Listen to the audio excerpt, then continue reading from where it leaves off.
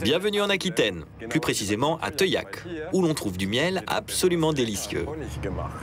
Mais le sujet d'aujourd'hui, ce n'est pas le miel, mais plutôt celles qui le produisent, nos amis, les abeilles. On leur doit vraiment beaucoup. Elles viennent même au secours de parents un peu embarrassés. Maman, papa, comment on fait les bébés? C'est comme avec les abeilles et les fleurs. Absolument. Ta maman, c'est l'abeille. Je suis pas l'abeille, je suis la fleur. Ah oui, ta maman, c'est la fleur, elle a du pollen, et moi, j'ai... L'abeille doit... Enfin, il faut que plein d'abeilles viennent butiner la fleur. Comment ça, plein? Bon, enfin, il faut du pollen. Écoute, demande à tes petits copains à l'école, hein? C'est ça. Je suis sûre qu'ils sauront t'expliquer. Des fleurs et des abeilles. Mais ces sympathiques petits insectes sont menacés. Oui, depuis quelques années, on assiste à une véritable hécatombe. Et leur disparition a des répercussions sur l'écosystème. 80% de nos arbres fruitiers et de nos fleurs dépendent des abeilles.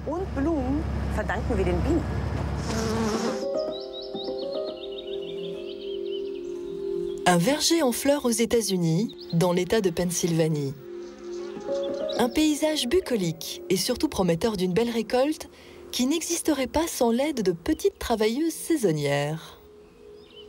Tout le monde est gagnant, les abeilles, qui récoltent leur précieux nectar, et l'agriculteur, pour qui c'est une question de survie.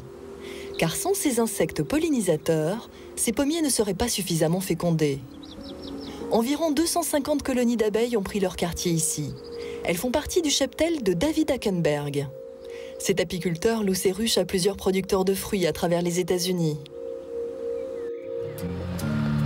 David habite à Lewisburg, en Pennsylvanie.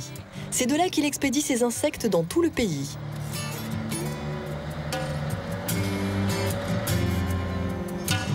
L'apiculteur répartit ses abeilles sur différents sites afin qu'elles aient suffisamment de nectar et de pollen.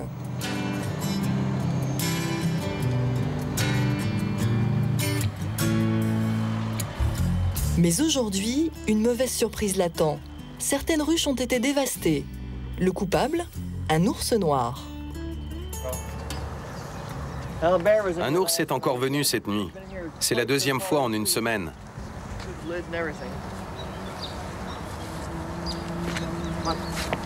C'est la pagaille. Et ça coûte cher en réparation. On a des ours chaque année. On en a eu un au printemps dernier. Et maintenant celui-là.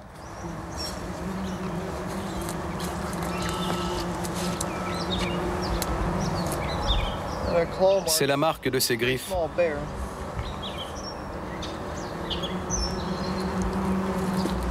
Les dégâts causés par les ours ne sont pas le plus gros problème auquel David Hackenberg doit faire face.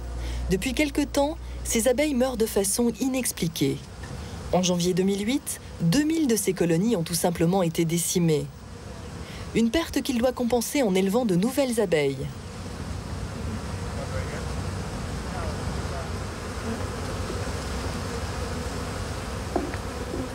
On n'a jamais assez de temps. On est toujours en train de cavaler. Comme on n'a pas suffisamment d'abeilles pour la pollinisation, on essaie de les répartir au mieux. On a subi énormément de pertes, alors il faut sans cesse reconstituer le rucher.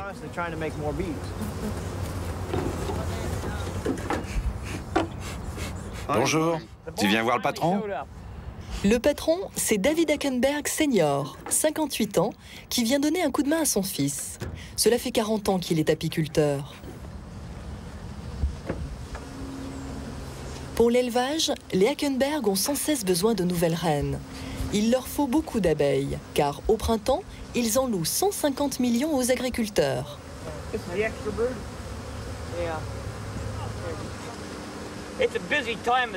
C'est l'époque la plus chargée de l'année. Au printemps, tout repart. La vie reprend son cours.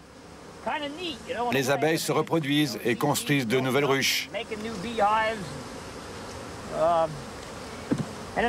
Dans notre métier, nous voyons 3 fois le printemps.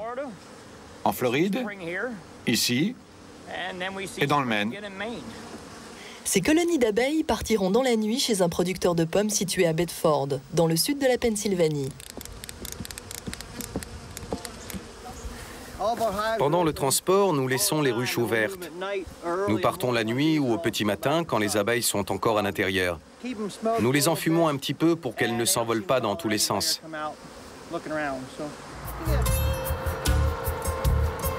Au printemps, les Hackenberg expédient leurs abeilles partout où les plantes ont besoin d'être fécondées. Les apiculteurs se déplacent le plus souvent la nuit ou au petit matin, quand les abeilles sont dans leurs ruches.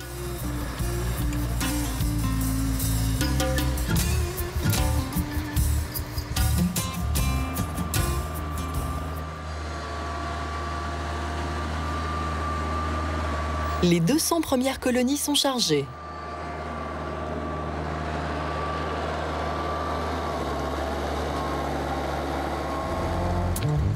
Pour les petites ouvrières, c'est déjà le 5e voyage de l'année.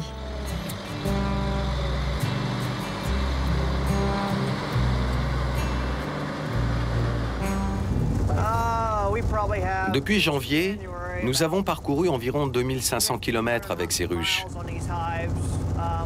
D'ici la fin de l'année, il y aura entre 5000 et 6500 km de plus au compteur. David retrouve son père pour charger de nouvelles colonies. Il y en a à présent 350.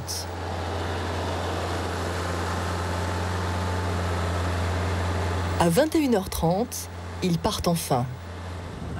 J'ai 4 enfants. À cette époque de l'année, je ne les vois pratiquement pas. Le soir, quand je rentre à la maison, je suis sur les rotules. Je n'ai plus d'énergie pour m'occuper d'eux. Du coup, j'ai mauvaise conscience parce que je devrais leur consacrer du temps et que je ne le fais pas. Au lieu de ça, je transporte des abeilles au beau milieu de la nuit. C'est un métier très stressant. Si la situation ne s'améliore pas, j'arrêterai. L'année qui vient de s'écouler nous a mis dans le rouge. Franchement, je ne sais pas si on sera encore là l'année prochaine.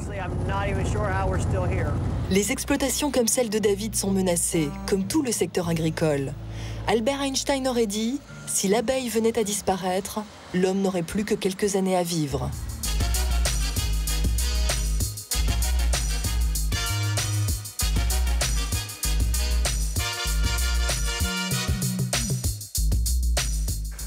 C'est drôle. Presque tous les apiculteurs sont des hommes, alors que 90% des abeilles sont des femelles. Et oui, c'est une société matriarcale. Une reine pour 50 000 ouvrières et quelques centaines seulement de faux bourdons qui ne sont tolérés au sein de la colonie qu'au moment de la reproduction. Ensuite, ils sont expulsés illico presto et meurent. Bonjour. Dur. Monsieur Amblard.